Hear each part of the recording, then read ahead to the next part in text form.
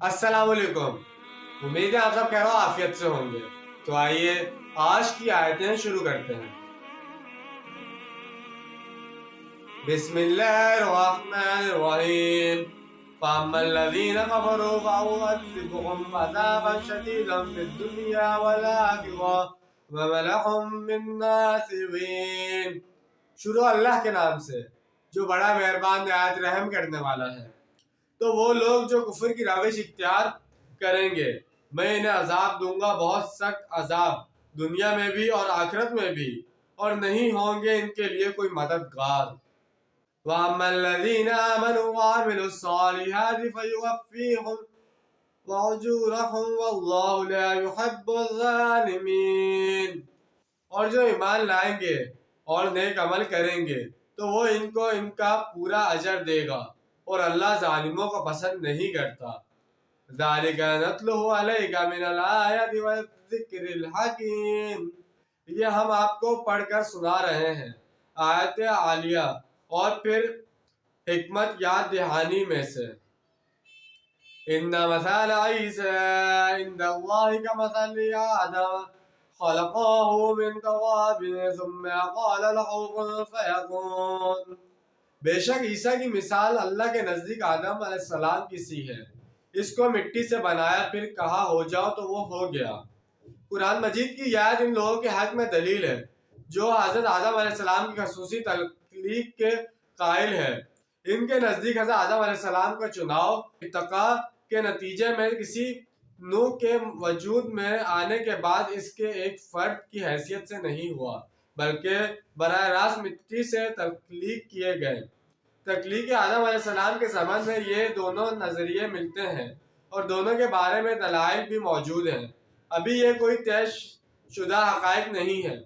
हम गौर व फिक्र कर सकते हैं कि कुरान मजीद के किस मकाम पर किस नज़रिए के लिए कोई तायद या तौसीक मिलती है। यहाँ फरमाया कि अल्लाह के नज़दीक तो ईसा अलैहिस्सलाम की मिसाल ऐसी है जैसे आदम अलैहिस्सलाम की। इसे मिट्टी से बनाया और कहा हो जा तो वो हो गया। तो अगर आदम अलैहिस्सलाम का मामला खसूसी तख्लीक का है कि बगैर बाप के और बगैर माँ के पैदा हो गए, तो क्या वो आला बन गए? इनका खालिक तो अल्लाह है। इसी तरह हज़रत ईसा अलैहिस्सलाम बगैर बाप के पैदा हुए तो खुदा कैसे बन गए? इनके वालिदा को हमल हुआ है, 9 महीने माँ के पेट में रहे हैं, फिर इनकी पैदाइश हुई है। तो तख्लीक में इनका मामला एजाज के एतबार से हज़रत आदम अलैहिस्सलाम से तो कमतर ही है, और इससे कमतर मामला हज़रत याह्या अलैहिस्सलाम का है कि इंतहाई बुढ़ापे को पहुँचे हुए हज़रत ज़करिया अलैहिस्सलाम और इनकी अहलिया जो सारी उम्र बाँच रही, अल्लाह ने इनको औलाद दे दी। तो ये सारे मौज़ात हैं। अल्लाह को इख्तियार है, जो चाहे करे, इसमें किसी की अहलियत की दलील नहीं निकलती। तो जैसे कि आज हमने 4 आयतों का तर्जुमा और तफसील बयान की है। इसके अंदर शुरू की 3 आयतों का सिर्फ तर्जुमा था और उसकी कोई तफसील नहीं थी, क्योंकि बहुत आसान थी और आप सबको समझ में आ जाएगी। और चौथी आयत का तर्जुमा तफसील है हज़रत ईसा अलैहिस्सलाम को आदम अलैहिस्सलाम के साथ मिलाया गया है कि जैसे उनका मुआवजा हुआ था वैसे ये भी एक मुआवजा है। हज़रत आदम अलैहिस्सलाम और बीबी हवा भी माँ बाप के बिना बनाए गए थे, तो वैसे ही हज़रत ईसा अलैहिस्सलाम बिना बाप के पैदा किए गए। बीबी आमना को हमल हुआ और वो 9 महीने तक उनके पेट में रहे और उसके बाद वो पैदा हुए। फिर भी हज़रत आदम अलैहिस्सलाम से कम है, लेकिन फिर भी उनके साथ मिलाया जा रहा है। और उसके बाद हज़रत याह्या अलैहिस्सलाम का जिक्र आता है कि हज़रत ज़करिया अलैहिस्सलाम इतने बूढ़े हो चुके थे और उनकी बीवी बाँझ थी, उसके बाद भी हज़रत याह्या अलैहिस्सलाम पैदा हुए। तो ये सब अल्लाह ताला के मौज़ात हैं कि अल्लाह ताला जो चाहे कर सकता है। कि अल्लाह ताला को ज़रूरत है कुन फयकुन कहने की। अल्लाह ताला कहता है हो जा, वो चीज़ हो जाती है।